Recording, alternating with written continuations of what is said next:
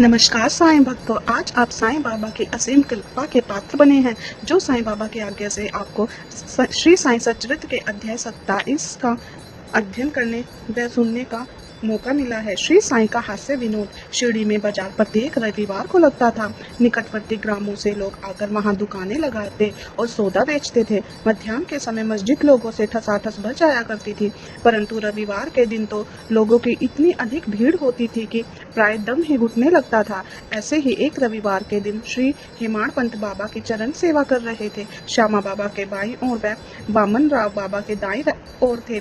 इस अवसर पर श्रीमान बोटी साहेब और काका साहेब दीक्षित भी वहां उपस्थित थे। तब श्यामा ने हंसकर अन्ना साहिब से कहा कि देखो, तुम्हारे कोट की बाह पर कुछ चने लगे हुए से प्रतीत होते हैं। ऐसा कहकर श्यामा ने उनकी बाह स्पर्श की, जहां कुछ चने के दाने मिले। जब हेमाड़ पंत ने अपनी बाई कोहनी सीधी की तो चने के कुछ दाने लुढ़क कर नीचे गिर पड़े।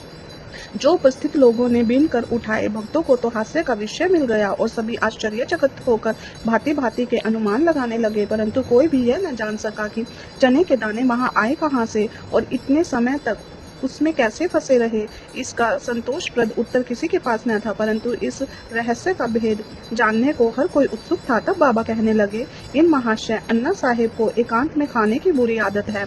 आज बाजार का दिन है और ये चने चबाते हुए ही यहाँ आए हैं। मैं तो इनकी आदतों से भली भांति परिचित हूँ और ये चने मेरे कथन की सत्यता के प्रमाण हैं।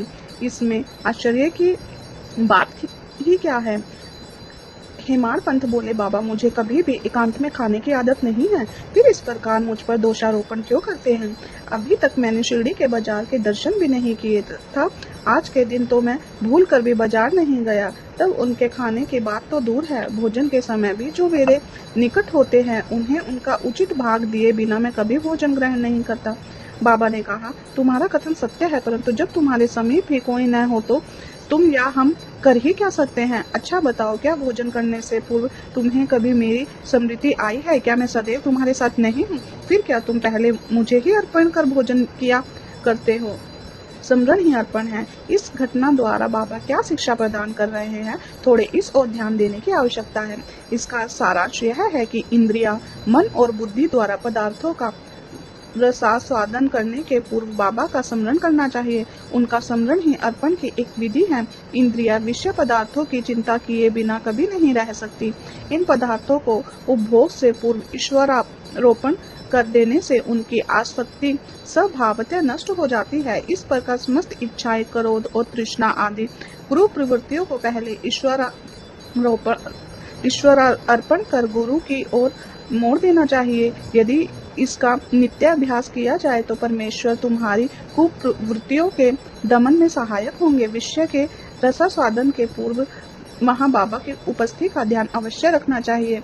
तब विषय उपभोग के उपयुक्त है या नहीं, यह प्रश्न उपस्थित हो जाएगा और आचरण में सुधार होगा। इसके फलस्वरूप गुरु प्रेम में वृद्धि होकर शुद्ध ज्ञान की प्राप्ति होगी। जब इस प्रकार ज्ञान की वृद्धि होती है तो दैहिक बुद्धि नष्ट होकर चैतन्य घन में लीन हो जाती है। वस्तुतः गुरु और ईश्वर में कोई पृथकत्व नहीं है और जो उन्हें भिन्न समझता है वह तो निराज्ञानी है तथा उसे ईश्वर दर्शन होना भी दुर्लभ है। इसलिए समस्त भेदभाव को भूलकर गुरु और ईश्वर को अभिन्न समझना चाहिए। इस प्रकार गुरु सेवा करने से ईश्वर कृपा प्राप्त होना निश्चित ही है और तभी वे हमारा चित्त शुद्ध कर हमें आत्म अनुभूति प्रदान करेंगे। अन्ना चिंचीकर और मोसीबाई की कथा। अन्ना चिंचनीकर दामोदर घनश्याम बावरे बाबा के भक्त थे। वे सरल, सुदृढ़ और निर्भीक प्रवृत्ति के व्यक्ति थे। यद्यपि व्यवहारिक दृष्टि से वे रूखे और अविष्णु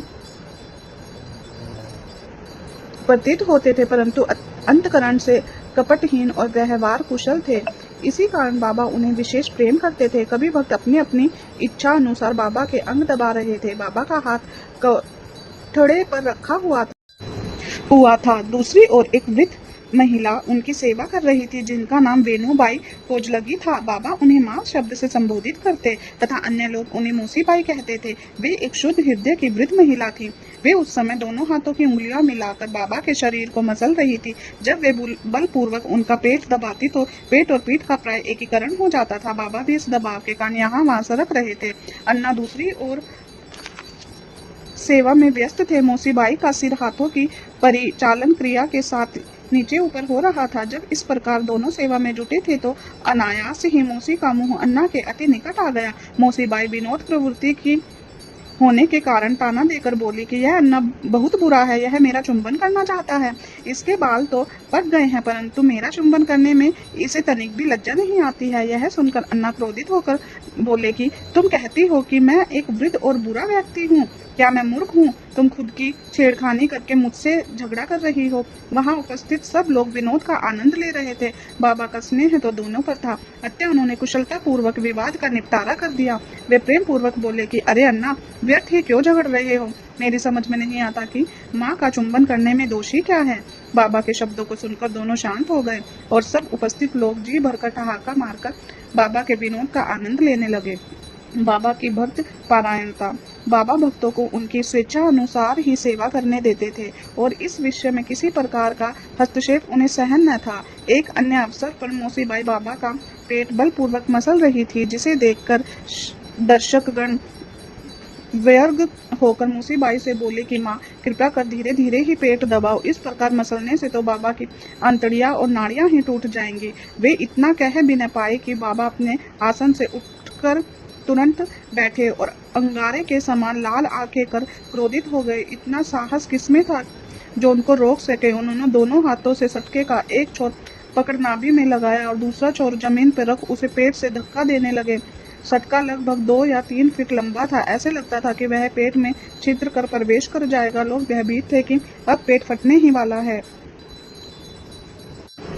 बाबा अपने स्थान पर दृढ़ हो उसके अत्यंत समीप होते जा रहे थे और प्रतिक्षण पेट फटने की आशंका हो रही थी। सभी आश्चर्यचकित और भयभीत हो ऐसे खड़े थे मानो गूंगे का समूह हो। यथार्थ में भक्तगण का संकेत। मौसीबाई को केवल इतना ही था कि वे सहज रीति से सेवा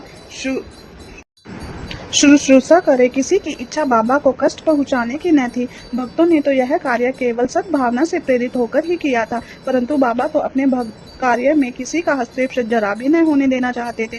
भक्तों को आश्चर्य हो रहा था कि शुभ भावना से प्रेरित कार्य दुर्गति में परिणत हो गया और वे केवल दर्शक बने रहने के अतिरिक्त कर ही क्या सकते थे।